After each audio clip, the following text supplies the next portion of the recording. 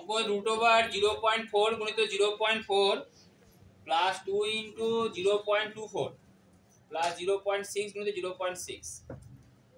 তাহলে অঙ্কটাকে আবার এইভাবে অন্যভাবে আসতে পারে। এটা থাকলে পরে তোমরা কি করবে, প্রথমে এটাকে 0.4 তার হোল স্কয়ার করে নেবে, ঠিক আছে? মনে রাখবে। প্লাস দূরে আবার এখানে যা চিহ্ন থাকে সেই চিহ্ন দিলাম, এখানে যা চিহ্ন থাকে সেই চিহ্ন, এখানে যা চিহ্ন থাকে সেই চিহ্ন। তাহলে এটা কত লিখবো বলো, এটাকে 6 এর স্কয়ার। এবার সূত্র কি 2 ইনটু 0.4 ইনটু 0.6। অঙ্কটা চালাকি করে করেছে কি 2 দিয়েছে, 2 পেয়েছি, আর এই দুটো গুণ করে ডাইরেক্ট দিয়ে দিয়েছে। পরীক্ষা তোমার এরকম আসতে পারে, আবার এরকম আসতে পারে, আবার এরকম আসতে পারে।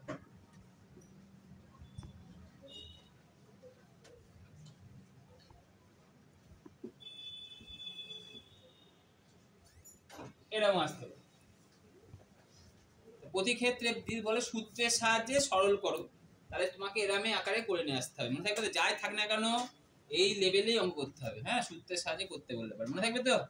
আবার দশমিকের জায়গায় আবার পূর্ণ সংখ্যা থাকতে পারে, 999 999 গুণিত এরকম থাকতে পারে, বুঝতে পারলে? তাহলে এবার দাঁড়ালো কত বলো, এটা সূত্র কি 0.4 প্লাস 0.6 এর কি হোল স্কয়ার, মানে কত হোল স্কয়ার, 1 এর হোল স্কয়ার, মানে 1 এর হোল স্কয়ার মানে কত হয় √1, মানে কত উত্তর হলো 1। বুঝতে পারলে?